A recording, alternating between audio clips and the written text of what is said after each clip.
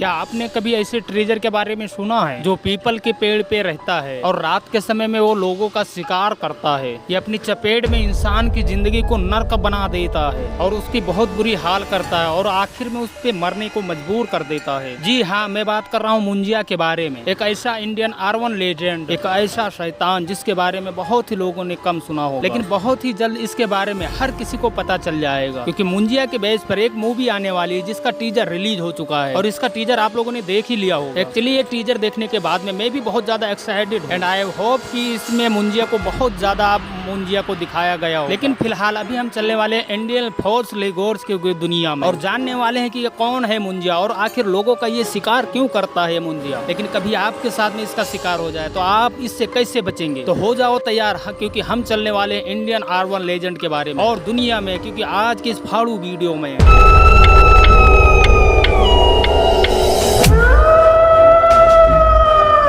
जब भी हम R1 लीजेंड से बात करते हैं तब सबसे पहले vamp power, demon, haunted house, haunted demon, haunted, यही सब दिमाग में आते हैं। लेकिन आज हम एक मुंजिया जो कि इंडियन डीमन से बारे में बात करने वाले हैं और ये केवल R1 वर्जन रिवल नहीं है, इससे काल्पनिक कहानियां मात्र जुड़ी हो। आज मैं मुंजिया से जुड़ी हुई एक सच्ची घटना भी बताऊंगा जिसे जानने के बाद आपकी भी रूह कांप जाएगी। अगर कोई लड़का अपने मुंडन में 10 से 12 दिन या 14 दिन के बीच में अगर वो मर जाता है तो वो एक प्रेत बनता है, एक ऐसी आत्मा जिसको मुक्ति नहीं मिलती। इसी का नाम मुंजिया है। इसका आत्मा इतनी ज्यादा बेचैन होती है, वो पीपल के पेड़ पे रात के समय एक पेड़ से दूसरे पेड़ पे उसकी आत्मा भटकती रहती है। ये कभी कभी बहुत ज्यादा खतरनाक हो जाता है, खासकर जब तांत्रिक को इसकी शक्तियों को गलत इस्तेमाल करता है। ये किसी को नुकसान ना पहुंचा सके, इसके लिए प्राचीन काल से पीपल के पेड़ से इसे बांध दिया गया था। इसीलिए जब कोई लड़का मुंजिया बनता है तो पीपल के पेड़ पर रहकर मुंजिया बन जाता है और रहने लगता है। लेकिन ये कोई आम आत्मा नहीं होती, इसके पास बहुत ज्यादा शक्ति होती है। ये बहुत ज्यादा पावरफुल भी होता है और खतरनाक भी।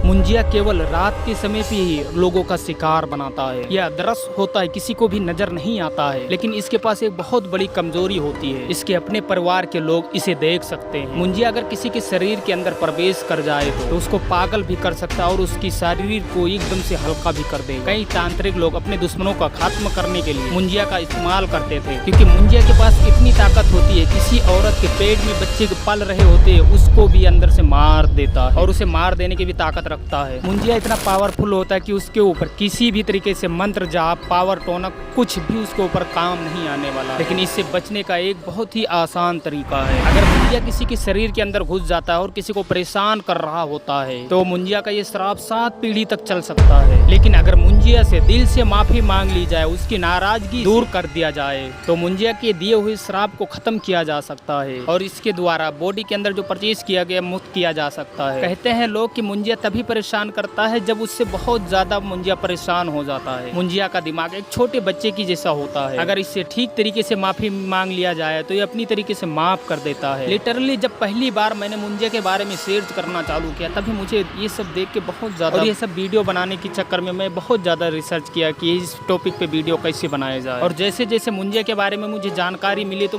मेरे अंदर से बहुत ज्यादा एक्साइटमेंट, क्योंकि इस टॉपिक पे एक मूवी आ रही है और मैं ये मूवी देखने के लिए बहुत ज्यादा इंतजार कर रहा हूँ, क्योंकि ये film Maddock production, Maddock film, याद होगा आप लोगों को कि इन्हीं लोगों ने एक फिल्म बनाई थी, स्त्री मूवी बनाई थी, क्योंकि आप लोगों ने तो ये मूवी अच्छी तरीके से देखी हो क्योंकि कितनी खतरनाक है और कितनी डरावनी मूवी है वो तो आप सब लोगों को पता ही होगा कि इस मूवी में क्या क्या दिखाया गया था। लेकिन तुम ये बता दो कि आने वाली कौन सी मूवी देखने वाले, मुझे कमेंट करके तुरंत अभी आप बता दो।